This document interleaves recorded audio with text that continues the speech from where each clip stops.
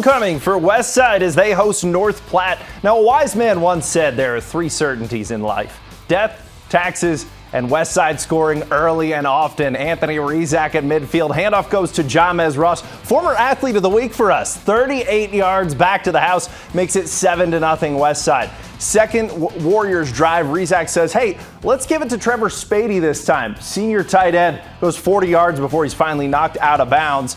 And a big-time play, here's how the drive finished. That's Brody Gach. There he is, carrying it just across the goal line. The senior getting the 1-yard score. That was just the first 10 minutes of action. Westside rolls North Platte 63-0.